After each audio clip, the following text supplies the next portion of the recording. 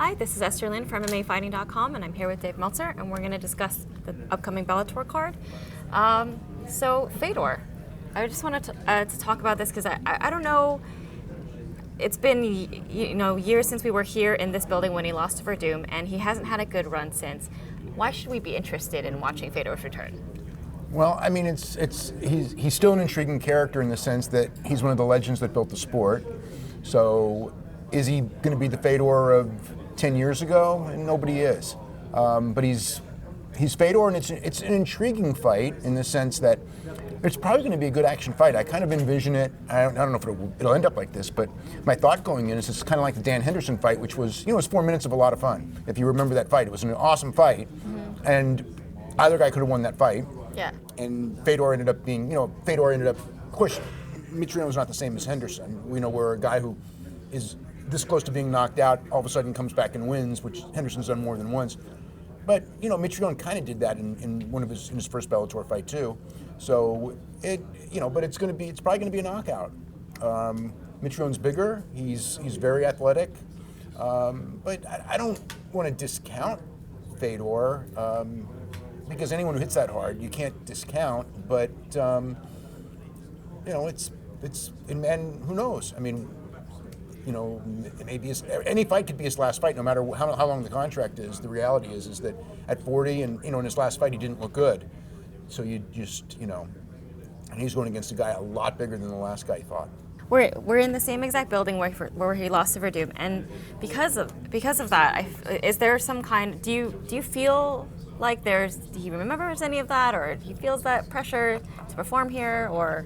I actually asked him that, and he just kind of like blew it off, like not at all. In his mind, not at all. Coming back to the United States, it's first night in the U.S. in 5.5 years, I think.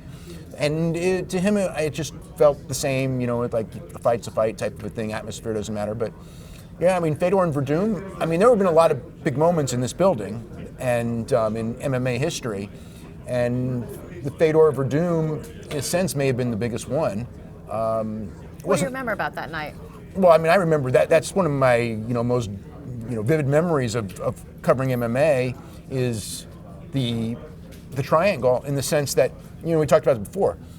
I felt like time stood still, and it's maybe the only time that I can remember watching an MMA fight where, I'm sure if I watched the fight back, it would just be, well, he got caught in a triangle. He was in the triangle for however many seconds, and it was over. It felt to me, being in the building, that I'm watching the thing, and I watched him get the triangle. And then it was like, well, it's Fedor, he's going to get out of it.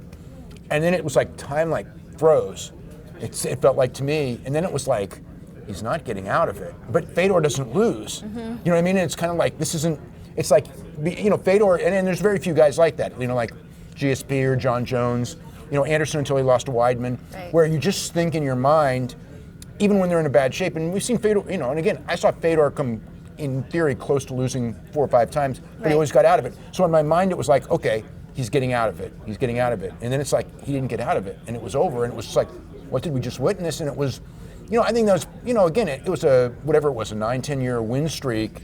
So that was a pretty memorable moment. Yeah. So for nearly a decade, there was no image of him losing.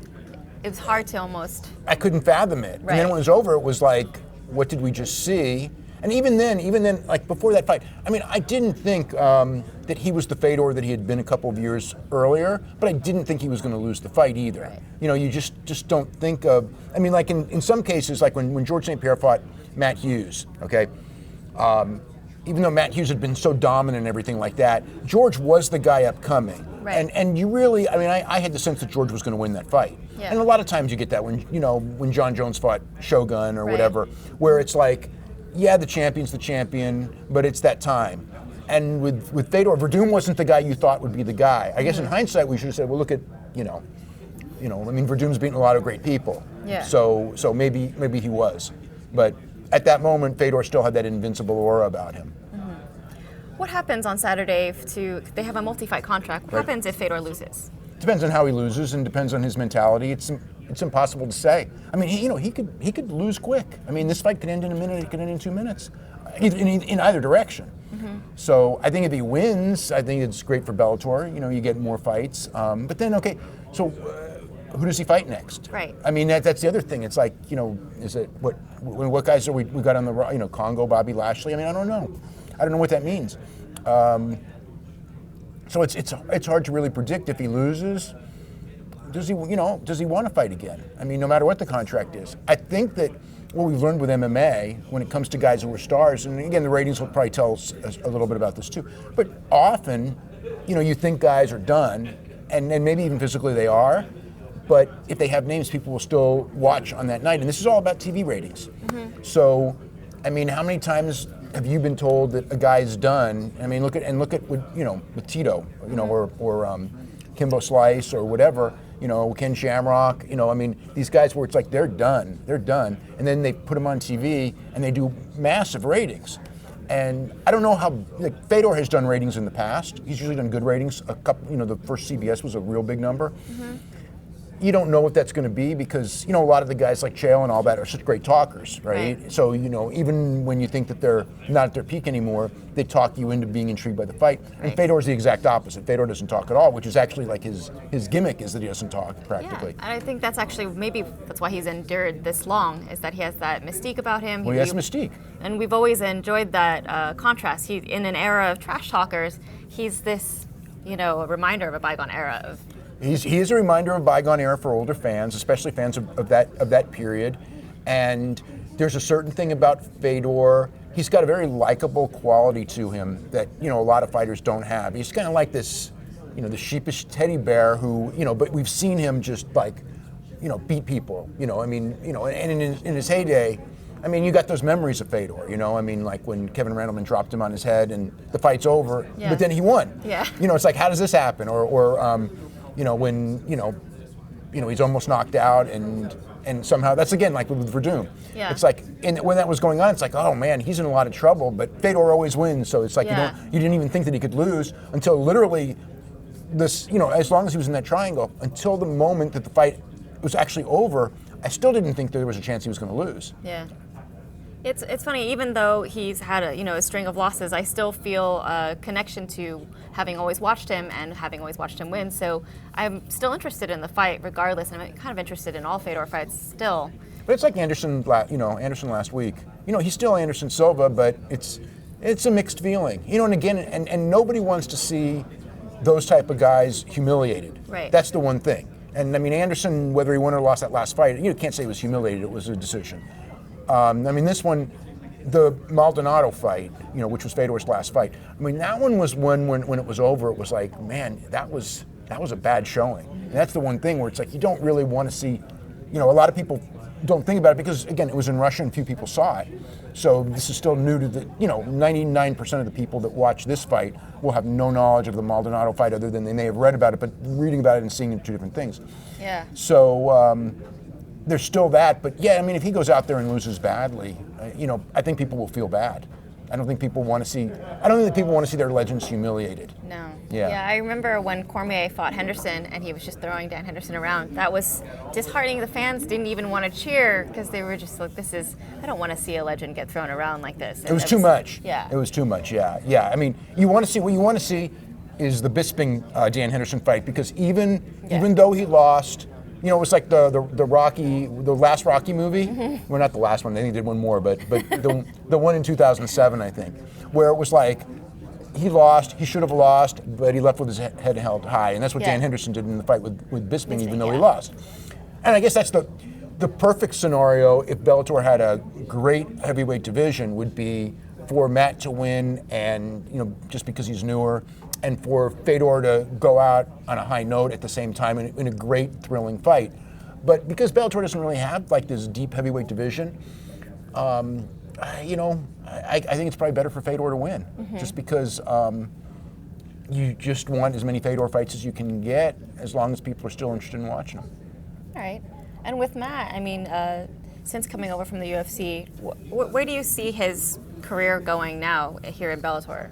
I mean, he's happy. Mm-hmm. The competition, I mean, it's obviously not a lot of depth. There's only a couple of heavyweights. It's hard to think of like the matchups. Yeah. I mean, he'll fight and he'll promote fights well. I mean, he's a good personality to have.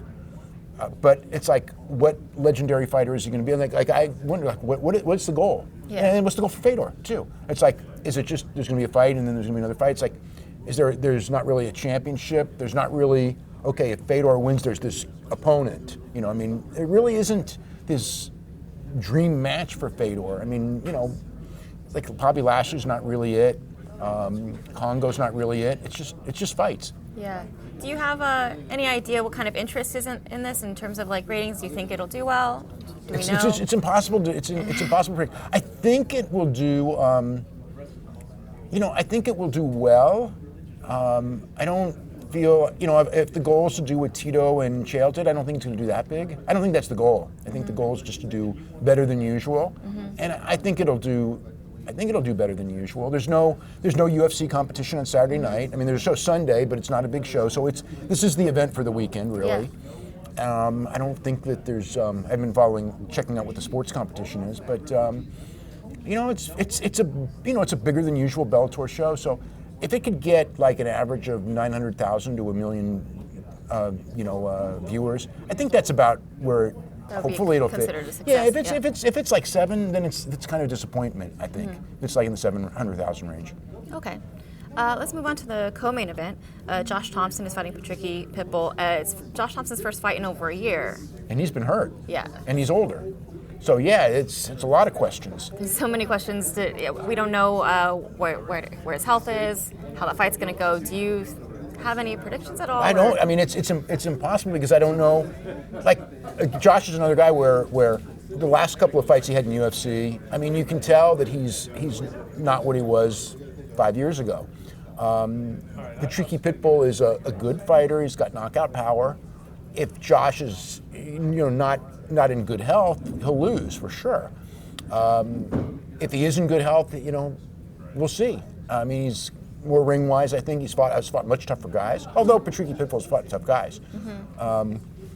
Hometown advantage, I don't know what that means, but, Josh, this is his building, that's where he built his career. Yeah. And obviously the goal, there is a goal for him. I mean, there's a goal for him in the sense that if he wins, Josh Thompson and Michael Chandler is a pretty big fight. So for Bellator, I mean, that's probably what they're looking for. They're hoping for is Josh to look really good and win. And he's going to have to be healthy to win. That's what I think. I mean, if he's not healthy, he's not going to win. And I don't know. I mean, he had serious injury. Any closing thoughts on Bellator as a whole, as a promotion? It's a hard question because I feel like with Bellator, it's like you get fights, and then you don't really know exactly where they're going with the fights. Other than with the Thompson fight, we kind of do know. I mean, you kind of do know where the goal would be. Yeah. It feels like that they're getting stronger on an international basis. They're doing a lot more shows overseas. So as a brand, it feels like they're building. They're bringing in some names here and there. Question is like the ability to create homegrown stars. And that's very difficult right now. Because even like Chandler, who to me would be like the biggest, self-created Bellator star, he's still not like a superstar to the public. Right. So to get superstars, they bring guys in. So right. I mean, how many guys are they going to bring in? I mean, again, we look at Bader and there's a bunch of free agents floating Larkin, around. And there'll be more this year. So they'll have some depth and everything like that. I mean, there's there's probably a Bader Phil Davis match coming real soon. So there's going to be some name type of stuff going on, but it's still Viacom's behind him. They're going to be around. And in time, with Viacom behind him in a regular slot, they've got the TV and they've got the right ownership. So you would think that they'll grow in time. Okay. Yeah. All right. Thanks for tuning into our preview show for Bellator 172. Stay tuned all weekend for results, pictures, videos, all that stuff.